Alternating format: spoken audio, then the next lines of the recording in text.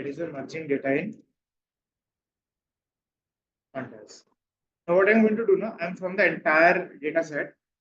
Okay, I'm basically I'm creating two small data frames and then we will merge them together. Okay, merging basically means, suppose if you have two separate data frames and you want to merge them together on the basis of columns or maybe on the basis of rows. Okay, so you can do that. So, merging, let us see class. Suppose let's say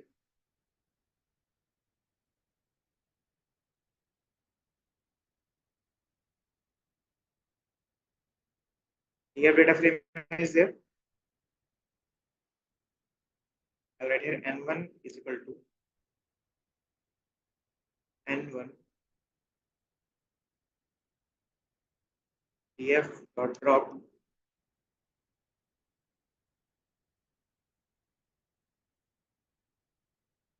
columns is equal to, let's say each column is not there and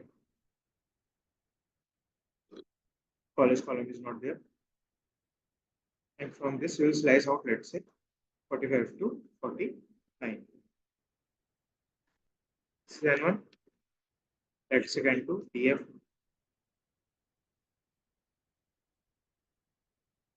will take 100 to 100.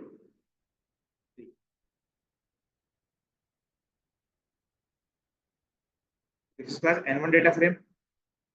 Okay, we don't have age and college here, and this is your n2 data frame.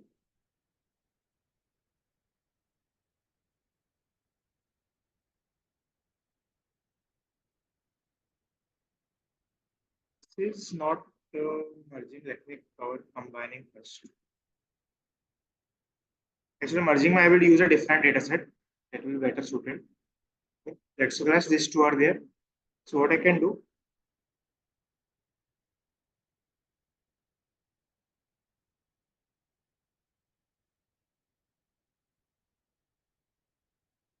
now I can write here n12 is equal to pd dot concat, combine them into one. How? By passing a list of the data frames n1 and n2. You can see n12 will become this. So since I've mentioned n1 first, so you can see class n1 may age and college column is not there. That is why it is first taking the n1 data frame completely. See, right? Age and college is not there. Then when I add n2, understand, I'm concatenating n2 data frame to the n1. I'm concatenating n2 data frame to n1, and in n2 age and college is there. So what will Python do? Python will start mapping the data. See, name is there, team is there, number, all of the data is there. So we'll take them as it is. Okay, but rest two, that is age and college data, will be added separately in the end, because in n1 data frame age and college is not there.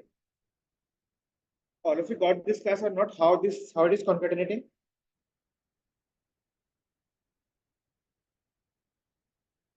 Let me show you one more thing. Suppose same thing I'm writing as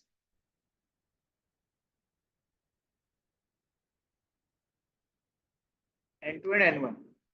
So in this case, it will take age and college, see, is taking n2 completely, and it will take n1. It will start mapping the elements of m1 wherever, however possible. This one here and this one here. Dear class, in this case, since I'm taking n2 first, so that is why age and college are not coming at the end. Is this clear, class, so far?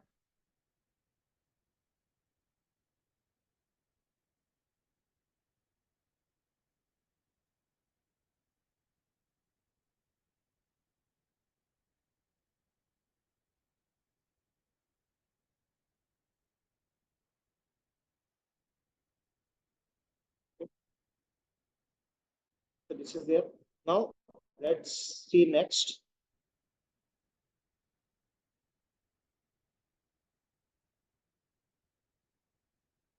Next is basically your uh, data.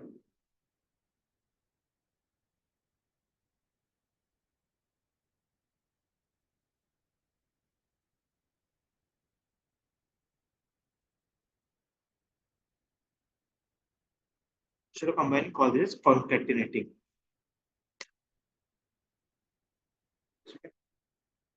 Now, so one more thing, class. See, pt dot concat. Okay, question mark. There is an argument here, class, called as axis. By default, the value of axis is 0. So that is why you can see, class, it is adding data like this. It is concatenating data like this. Rows and rows, right? But if you want to do it like this, first 4 columns, then some more columns.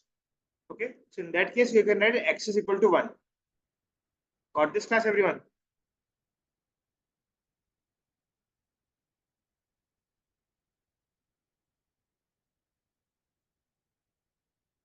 Yes, it will work. In that case, वो ऐसे हो जाएगा. जय first data and second data, and here what it will do, it will put n. Here it will put n. Got this, class, everyone?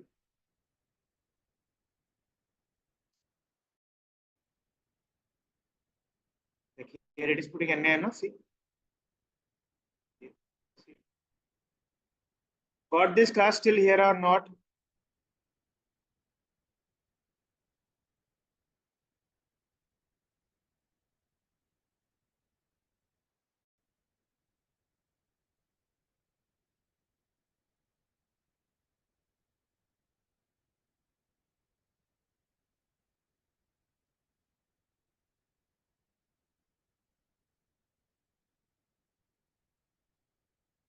Okay, let's continue now.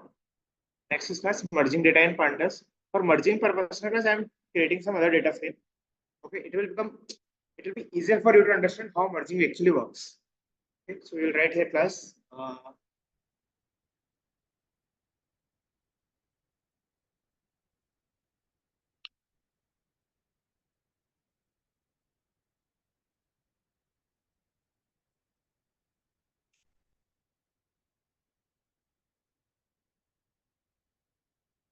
Let me take data directly. I have the data with me.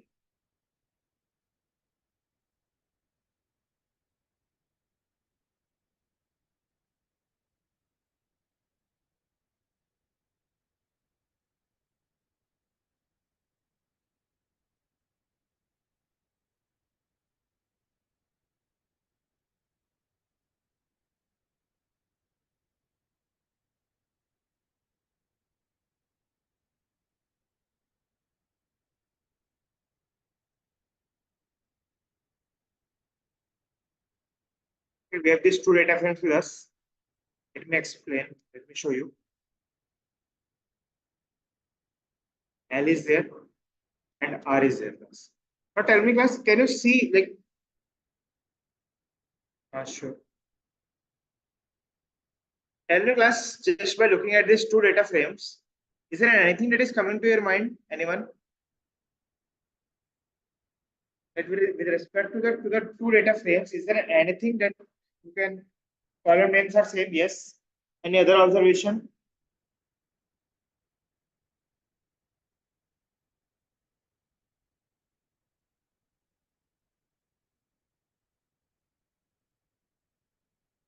Same length, yes. Any other observation? ID is same, yes. Can we say ID is completely same? There is a complete overlap between ID column of both the data frames. Okay. There is like name column is mutually exclusive. Can we say that a name column is mutually exclusive? There is no overlap at all. The name column. Can we say the subject ID column is partially overlapping or partially inclusive? There is some common element between the two, right? Now, when we all of you plus Do you know about join? Joins in SQL. Anyone here know joins in SQL? Merging data in Panda is same as joins. C class. This is join. There is inner join, that is intersection. There is outer join, that is your union. Then there is left outer join, there is right outer join. So you'll see all of them one by one. How? Let class pd dot merge L comma R. Now sequence matters. Again, जिसको तुम पहले like the data frame that you have mentioned first will be taken as the left data frame, and second one will be taken as the right data frame. That is, I'm using the term L and R. First will be taken as left, second will be taken as right.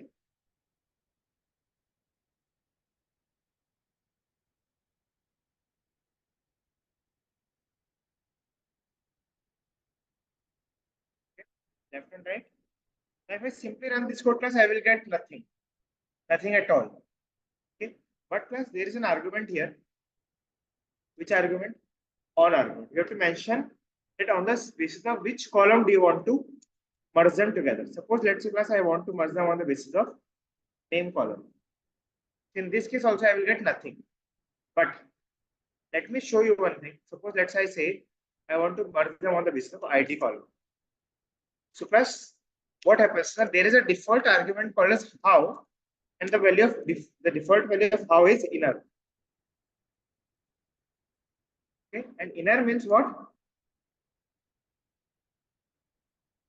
Inner means what? Intersection. Okay. Now, since the ID column is mutually inclusive completely, okay, but it is mutually inclusive. So that is why it is taking the entire, see, ID column is common for both of them. Okay. So this is your first one is L data frame, second one is R data frame. It is automatically giving us a suffix, okay, underscore x, underscore x, underscore x, underscore y, underscore y. So underscore x is for the first data frame, underscore y is for the second data frame.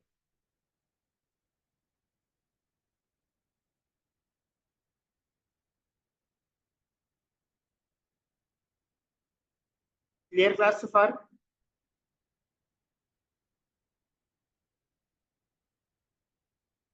Okay. Now, let me show you how it is doing intersection. Now, subject ID column is partially inclusive, right? Take this, देखो. If we check in both of them, subject 2 is there in both of them. Subject 4 is there in both of them. Subject 5 and 6 is also there in both of them. That means 2, 4, 5 and 6. These are common. 2, 4, 5 and 6. These are common. That means class, suppose let's say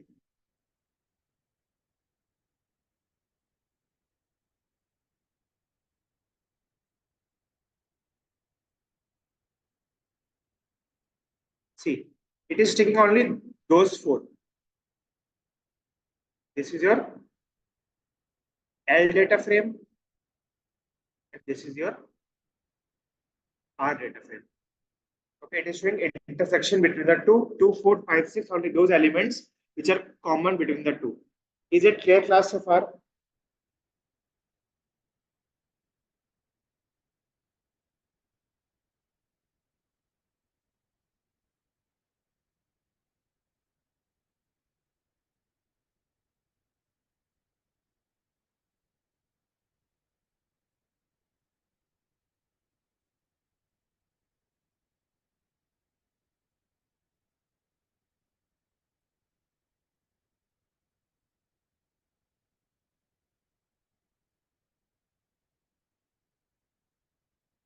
Okay, so let's continue now.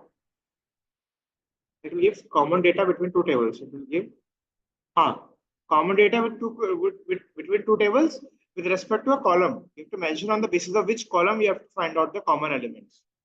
So I am basis of subject ID column. I am basically, it's not loss of data, Amit. L and R तो ठीक है ना, they are already present. Suppose let's say class, some of you are present in data science batch, some of you are present in let's say data analysis batch. So some of you will be common na in both of them. Class, are you getting subject ID? Some of you are studying data science, some of you are studying data analysis. Okay, but there will be some overlap, right? Some students which will be enrolled in both the subjects, getting this class or not. So this merging is basically used for that. If you want to join two tables together, okay, on the basis of particular column.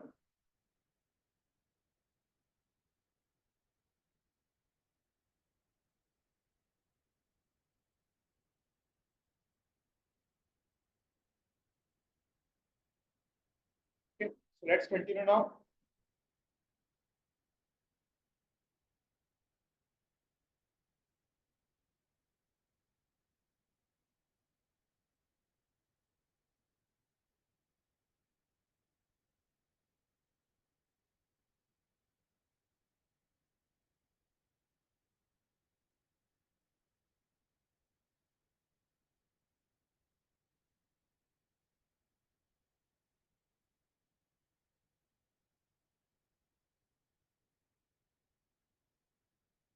Is it necessary to have same number of rows and columns to use this function?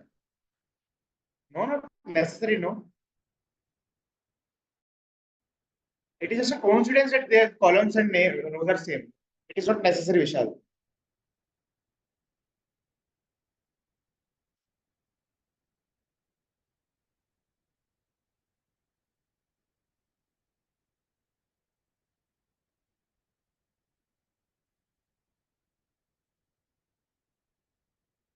Okay. Now class, let us see one more thing. What I am going to do? Same thing I will do, but now I will write how equal to outer. So outer means what class?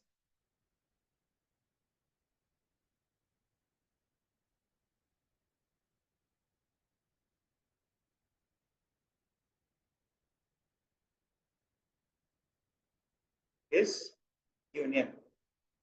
Okay. See this class? This is your second data frame.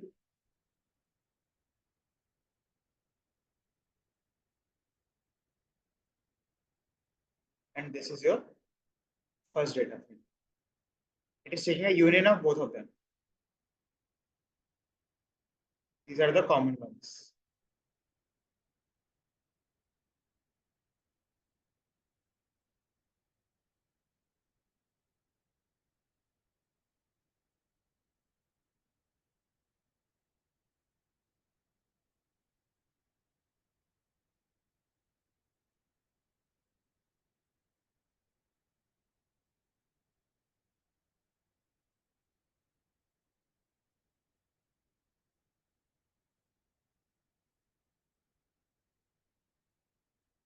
So if X has more rows and an extra subject which is common than Y, so if X has X more rows. So in case of intersection, it won't show, na? In case of intersection, it won't show because it is an extra subject. So X has an extra subject, Y doesn't have that subject. And I am combining them on the basis of subject column, right? So it will not show them. It only show those rows in which subject ID is common.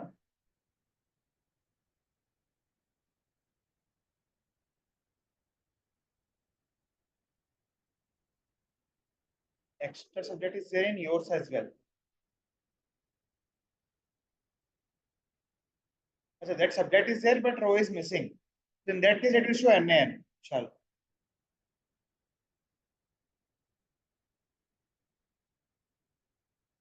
All of you got union or not?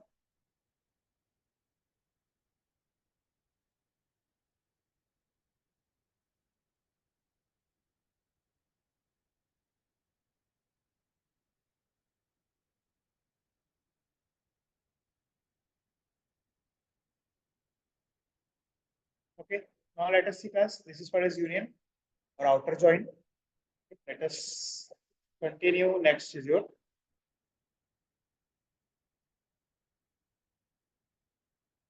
left. Basically, that is your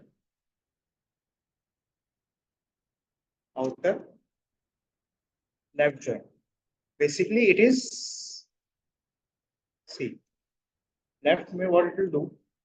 It will take all the elements from the left table, all of them from the left table. But from the right table, it will take only those which are common between the two. Are you getting a difference between outer and left?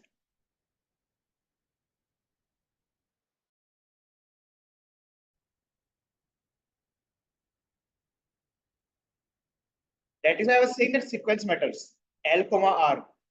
Which table it will take as the left table and which table it will take as the right table. Similarly, because there is your right order join.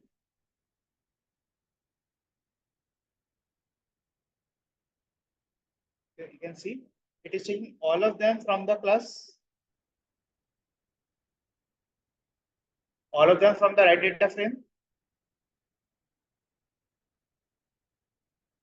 but from the left only those which are common between the two.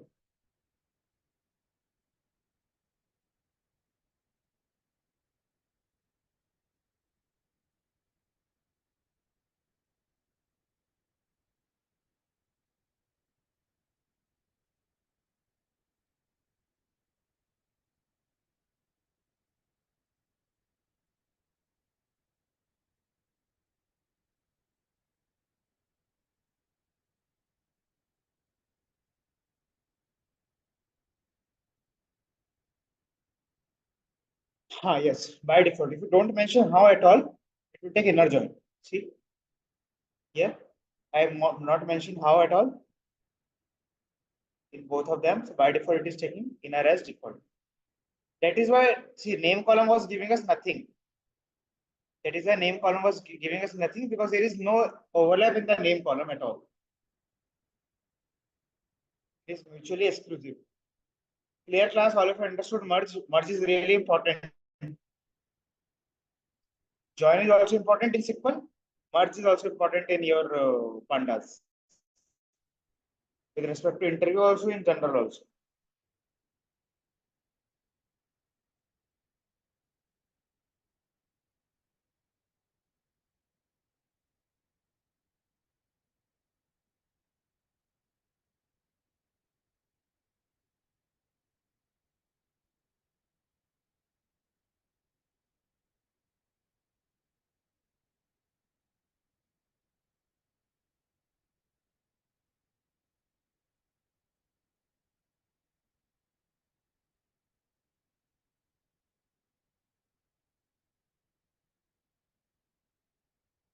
Class, everyone clear till whatever you have covered?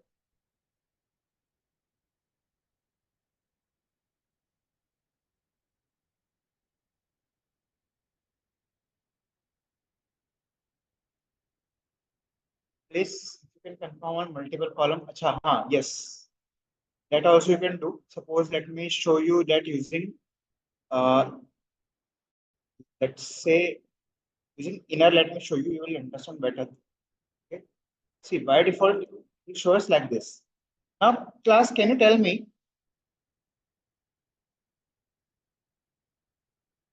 there are two rows in which your ID column and subject ID column is also same. ID column is also same, subject ID column is same. Can you specify which two?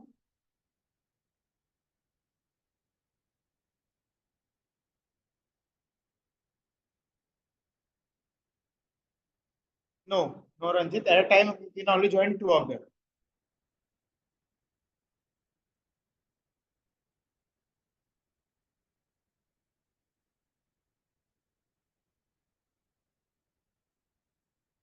Okay.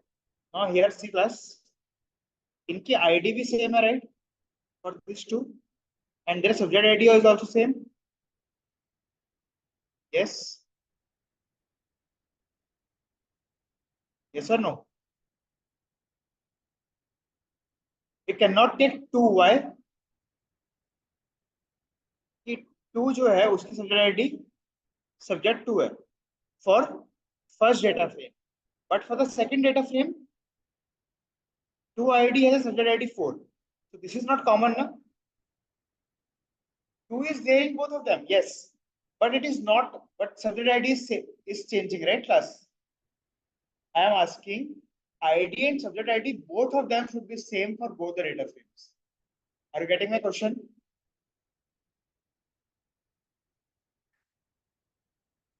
Are you getting my question, class? Okay. So now we can merge 2 columns also at the same time. How? You can pass a list here. Okay. ID and subject ID, both of them you want to combine. So see. Clear, class, all everyone?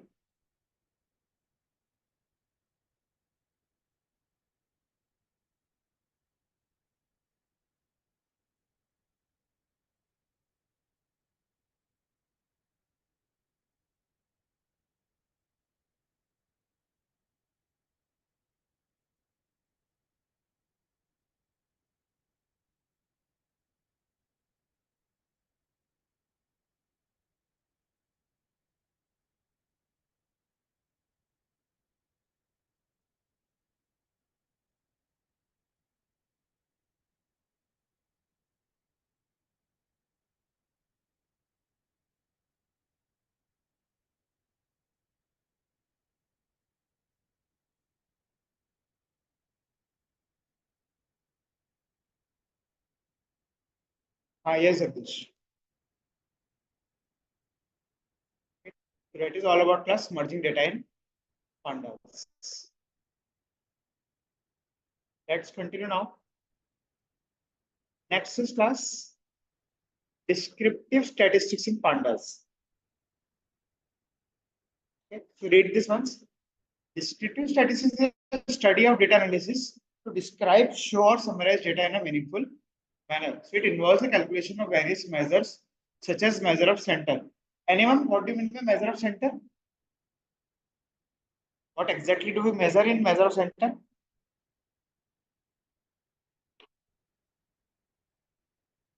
Anyone?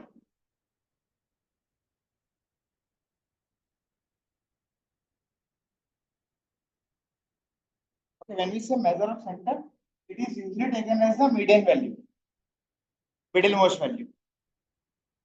Okay. If we like arrange the entire data in ascending order, so middlemost value is taken as is called as the median value. So that is a measure of center. But when we say mean, median, mode, all three of them, that is called as measure of spread. How the data is spread, if you want to see, that is basically taken by using mean, median, mode, all three of them. Okay. Then there is measure of variability. Anyone? What is measure of variability?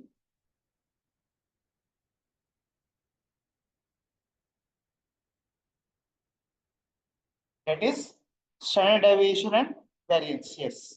How the data is scattered. Okay. Then what is percentile? Can you tell me what do you understand by percentile? Suppose let's say I am saying that I have scored let's say 95th percentile. I have scored 95th percentile in my exam. So what does that mean?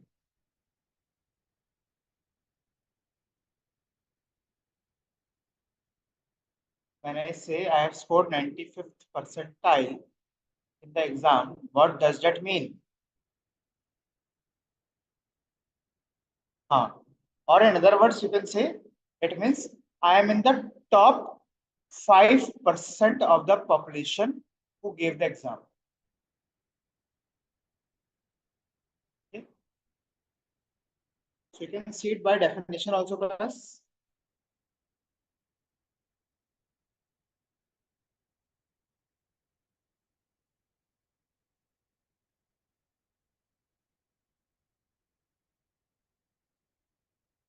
Percentile, see. In statistics, a kth percentile is a score below which a given percentage k of scores in its frequency distribution falls. Okay. What is when I say 95th percentile, that means I am in the top 5% of the population. 90th percentile means, see, they have scored higher than 10% of the normal group. Okay. Now class, tell me, is 100th percentile possible? Is 100th percentile possible?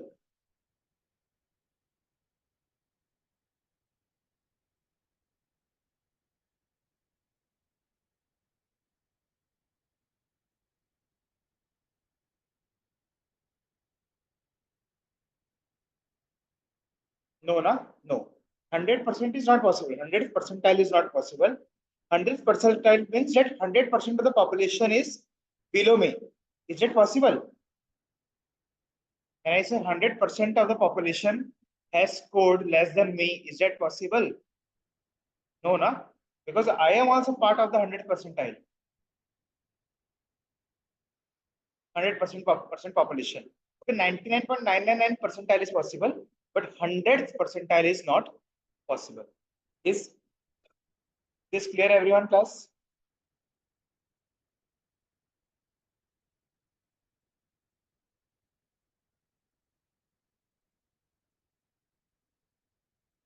Then also it is not possible, na, Amit?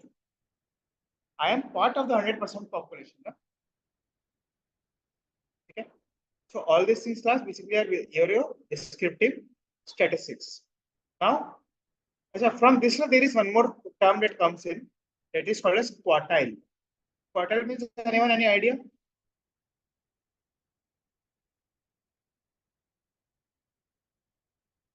Quartile means we divide the entire range of percentiles into 4 parts.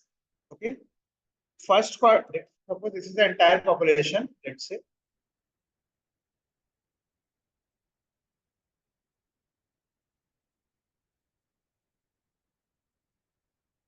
Okay, this is the entire population. This is the middlemost. If I am sorting the entire data into ascending order, let's say this is the middlemost value, or we also call it as median. We also call this value as 50th percentile. Okay, we also call this value as Q2. Okay. So we will divide the entire range into 4 parts: 25th percentile, 50th percentile, and 75th percentile. So this is called as Q1, this is Q2, this is 25th percentile, and this is 75th percentile, and then there is your Q3. Got this, class, everyone? These are called as quartile. This is called as the first quartile, second quartile, third quartile, fourth quartile. Now, what is the point of calculating this quartiles, class? What happens now in an ideal scenario? In an ideal scenario, most of the data values that we get in real life are basically like they follow which kind of distribution, class? Anyone any idea? They follow which kind of distribution? Normal distribution, right? So when we say normal distribution, so it basically looks like this.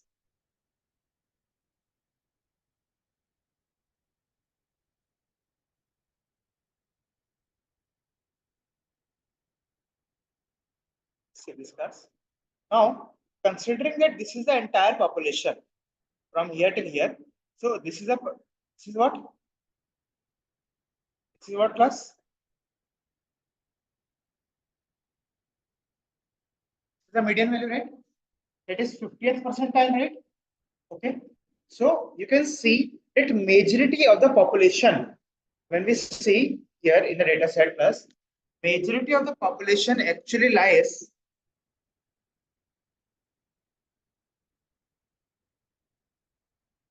from here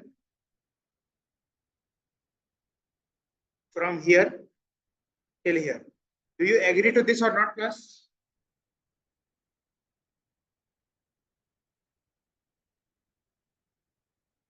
Major population is between this range, na? Okay. So that is why we call this class, this particular range, as interquartile range. There is something called as, I'm writing down these terms. Just check later on. Okay, interquartile range. Okay. Is my voice breaking for everyone?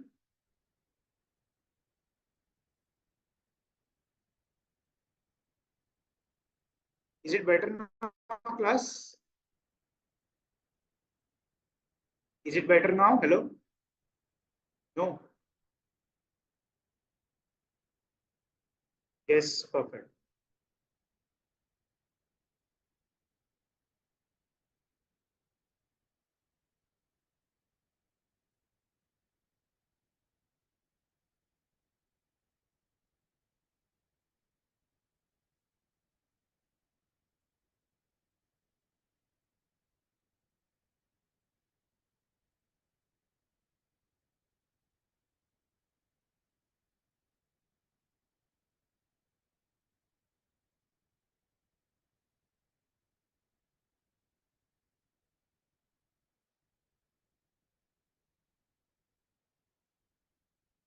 Wait a minute, class.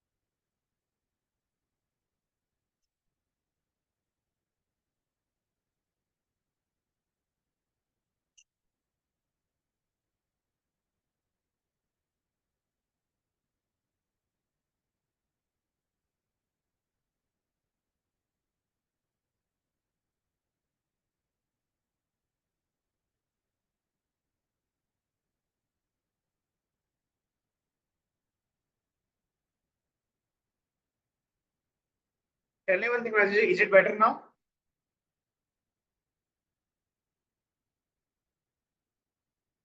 Yeah, I guess I was like a little far from the Wi-Fi earlier. That might be a reason.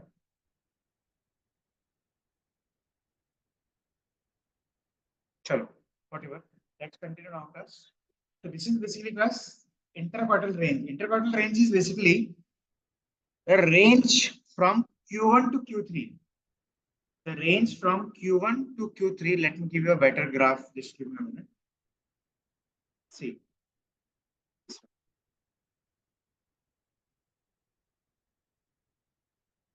See this class? The range from Q1 to Q3 is basically called as uh,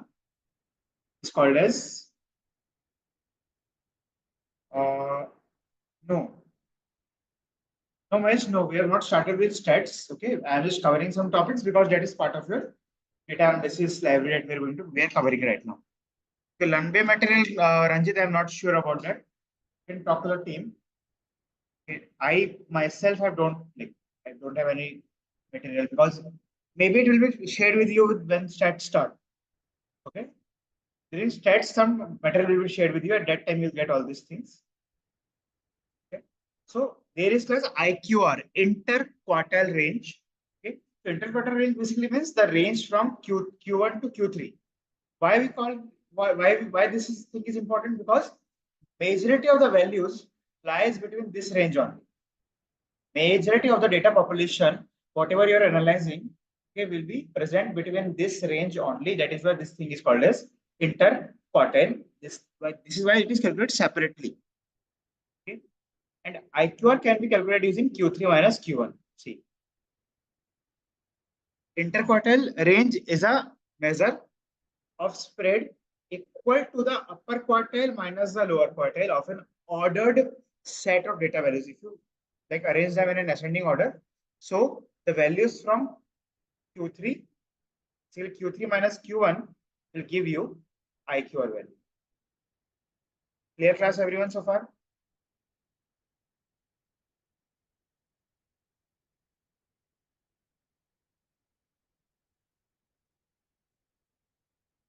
Okay, so let's continue now.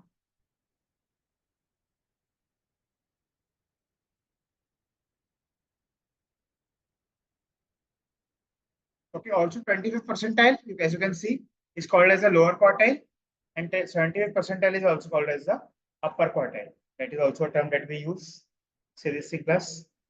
Median value, lower quarter, upper quarter.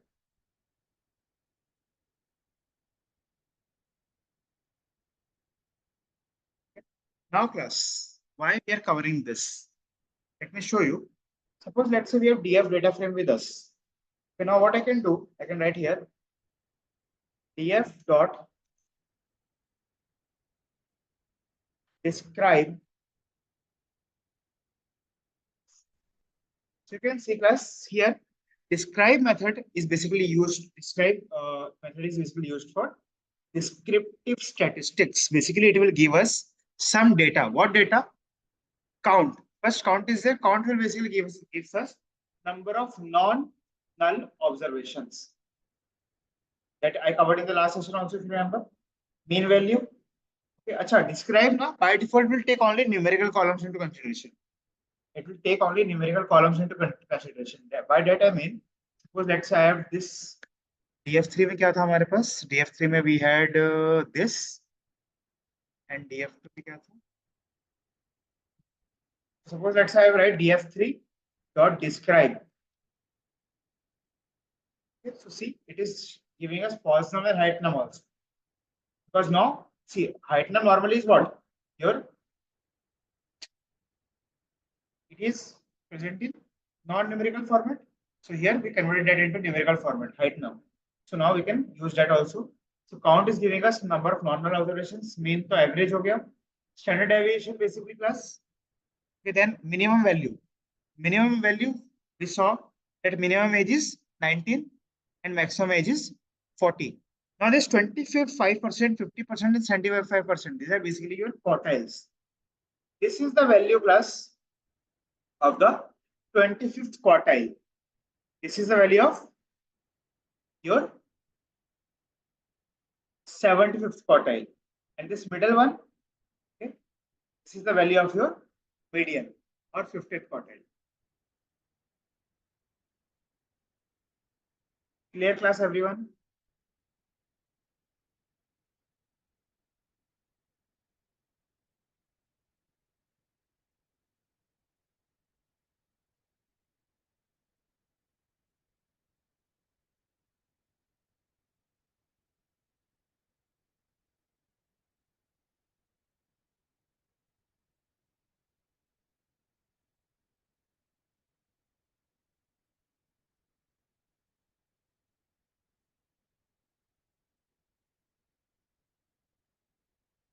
Okay. Now from here class, there is something that is like a lot asked. Okay. That is a 5-number summary. 5-number summary basically gives us class 5 things. Okay. That is from describe method actually. Okay. That is your minimum value of the data set. Okay. Then first quartile or 25th basically you can say. Then 50th percentile or median value, then 70th percentile, and then the maximum value of the data set. This is basically your 5-number summary class. 5-number summary is used for what? To understand how the data, to understand the data distribution. See, a 5-number summary is especially useful in descriptive analysis or during the preliminary investigation of a data set. Okay? A 5-number summary gives you a rough idea about how basically what your data set looks like. Got this everyone class still here?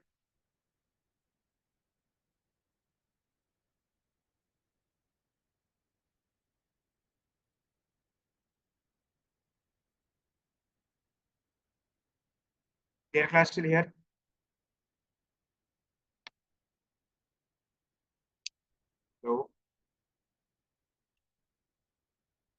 Please respond no. Okay.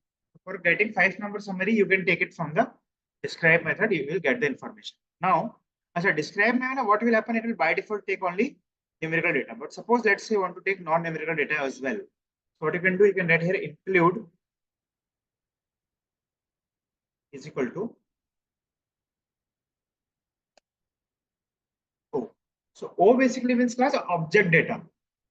If you let me show you df3 dot types. See, it is an object now. So you can say right O also. I think object also works. You can write object also, or you can write capital O also. Same thing. Okay. So numerical mode it will cover float and all of those. Okay, but for object it will give you this information. Here it is giving you count, minimum value, and standard deviation and 5-number summary. Here it is giving you count value, number of non-null observations. But the college may be saying 373. That means what? 457 minus 373. 373. This much data is missing. 84 rows for 84 players. We don't have the college data. Then unique values means how many unique values are there per data frame. अब age group में हमने देखा था, like age group में what we did, we created 4 groups ना. Okay, team में we saw 30 teams are there, 5 positions are there, 18 types of height are there, okay, 118 types of colleges are there, and 457 types of names are there. So each and every name is unique. Okay, because length is also the same and unique value is also same. Now either name में top value means you can ignore it. Top mode, like top basically it is given as mode, the highest occurring value. So right now the frequency is 1, so you can ignore this. But here team में there are 19 players. Okay, this is the mode value. Okay, 19 players playing from the New Orleans Pelicans. Rest all teams it is less. Okay, other teams have maybe less number of players, maybe 18 or 17 or 16 or whatever. Okay, most players are playing from SG position. ये तो position के लिए I can show you also. df3 dot position dot value underscore counts. So see, most of the players are from SG position. Same thing you can do for team also if you want to. So see, most of the players are playing from New Orleans Pelicans.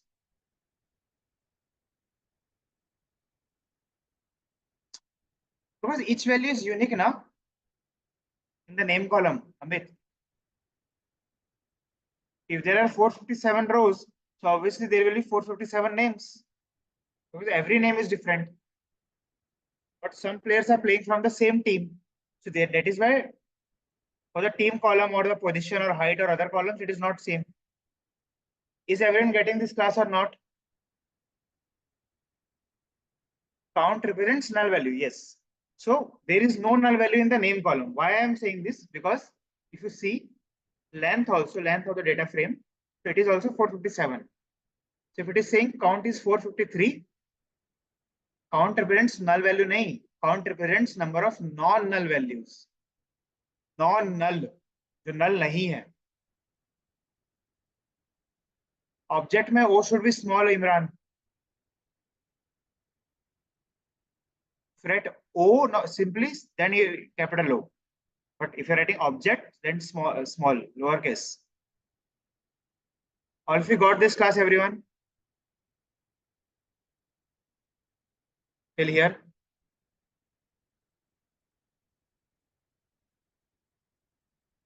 Okay. Describe class is basically used for giving us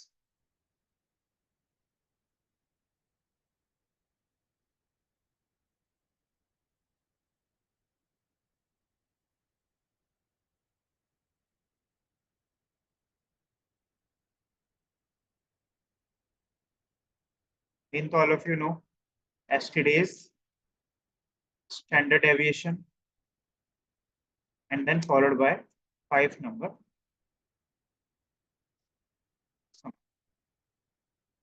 This we get normally. Okay, for all the numerical values. If you want data information, you want it to describe for non-numerical values. So it will, in this case, it will give us the count of non-null observations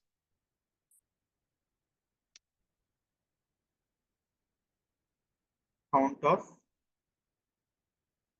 unique data present in each column, mode value,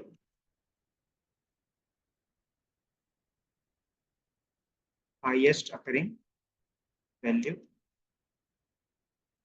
in the entire column, and frequency is basically the number of times mode value appears in the entire column. All of you got class or not? Ranjit, they are 25th percentile, na? So it is saying when I say, let's say age is 20, 25th percentile is age 24. That means 25% of the players have age less than 24. That's true.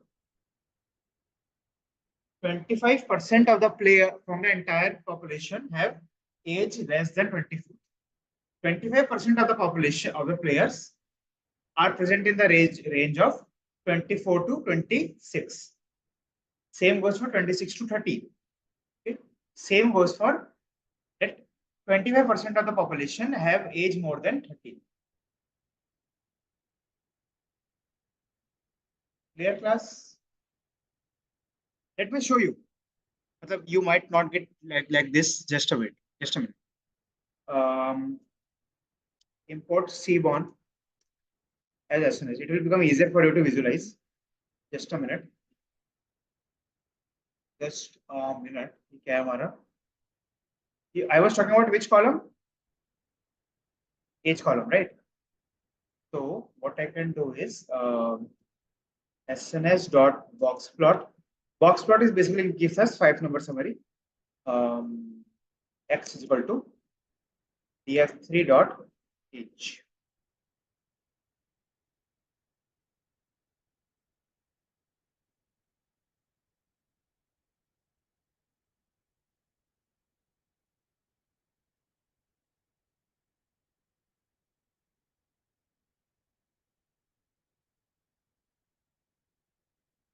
क्या हो रहा है इसको?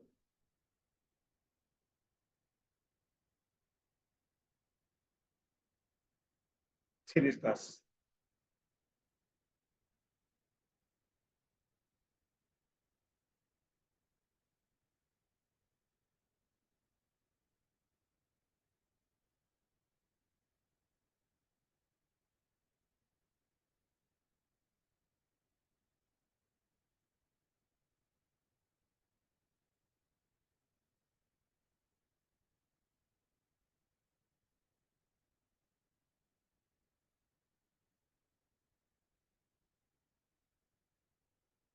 Okay. This is the class minimum value. This is the maximum value. This is Q1, Q2, Q3. So Q1 क्या आ रहा है? Q1 is coming out to be 24. Okay, this is Q2 is coming out to be 26, and this is Q3 is coming out to be 30. We saw it earlier also, right? Minimum value is 19 and maximum value is 40. Got this class, everyone?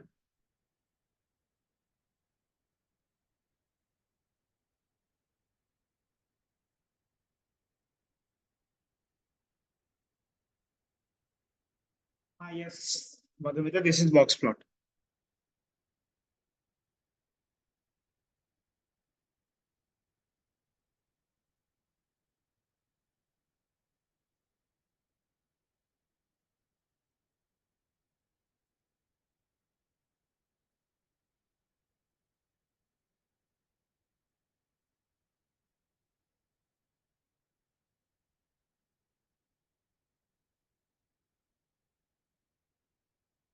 Don't worry, I am going to anyway going to cover this later on also.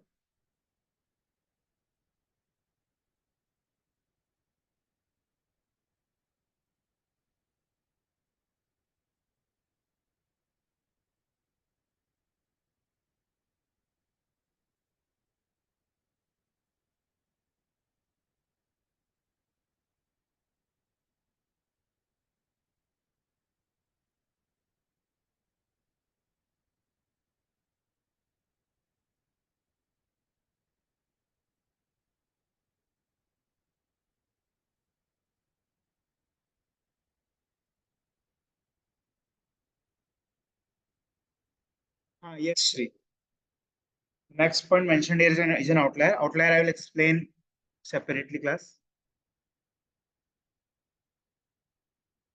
I hope everyone is clear so far. Any doubt?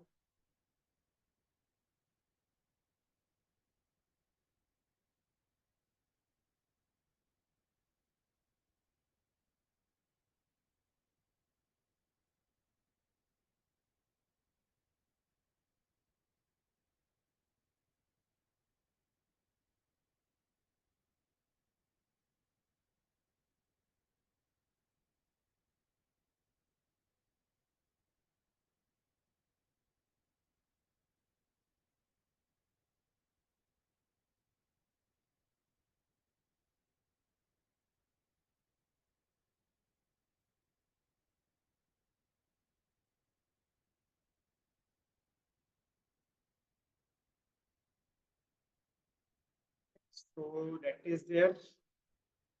What was the last thing that we covered? Descriptive statistics. Now, guys, do one thing, well, everyone. Run these functions in the system. Jagdish, it is used for data visualization. You can make graphs now. I hope you understand the necessity, the use of graphs, right? Why graphs are used? So simple, no? That C1 is used for data visualization, for creating graphs. Okay. Now, class, do one thing. All of you run these functions individually on columns. Don't run them on the entire data set. Do one thing. On each and every column, run them one by one. Let's say age column. So df.age.count, df.age.sum, and so on. Run all of them one by one.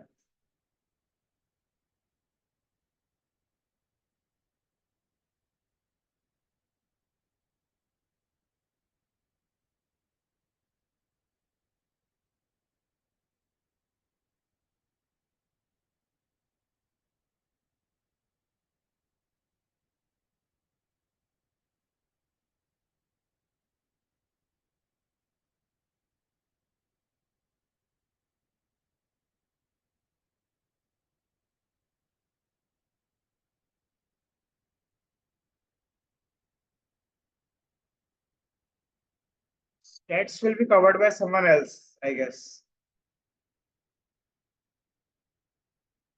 I don't cover stats.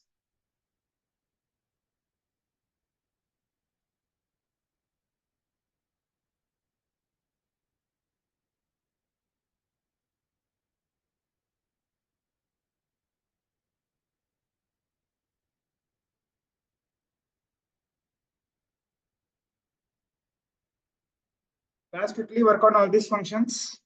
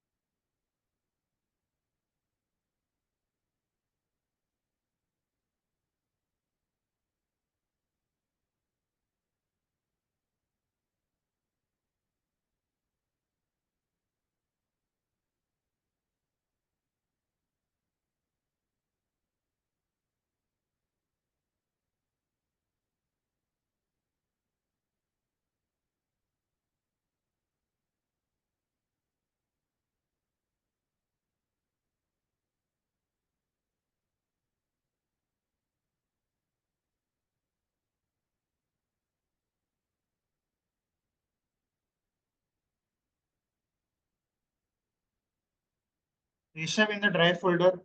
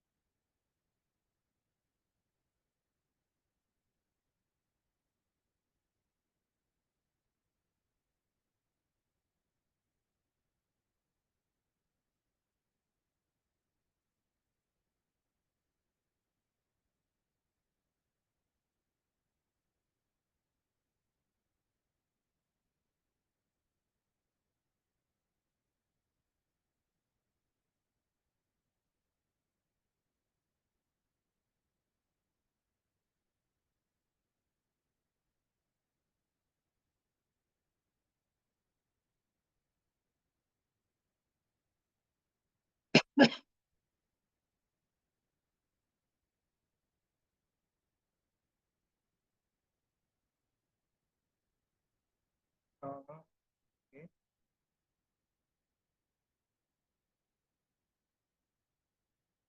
Imran, what happens in case of product? See, usually if you start multiplying all the ages of all the players, so it will become a very big number, na? That is why you're getting a runtime warning, overflow and quantity reduce. Okay. Got this?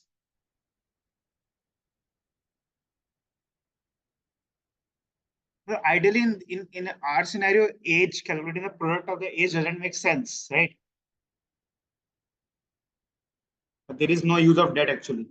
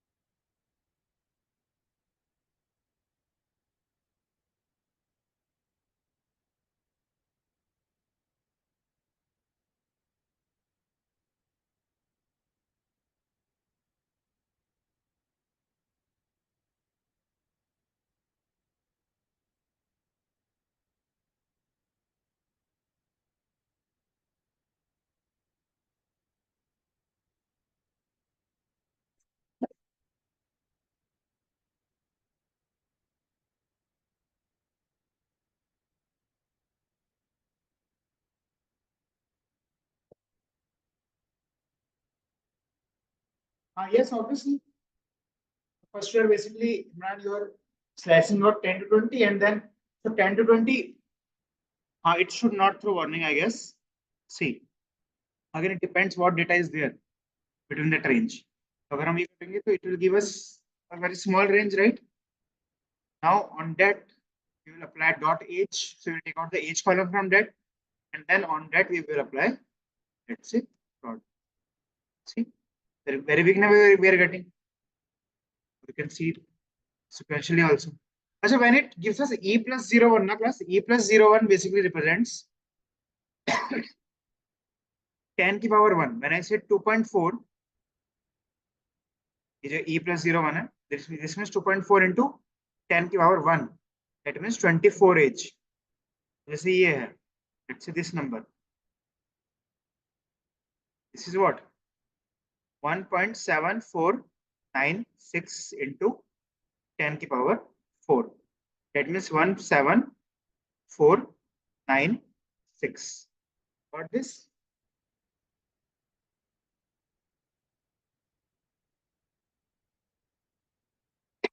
Got this, class?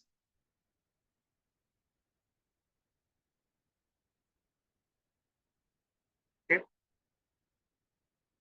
Sure. Can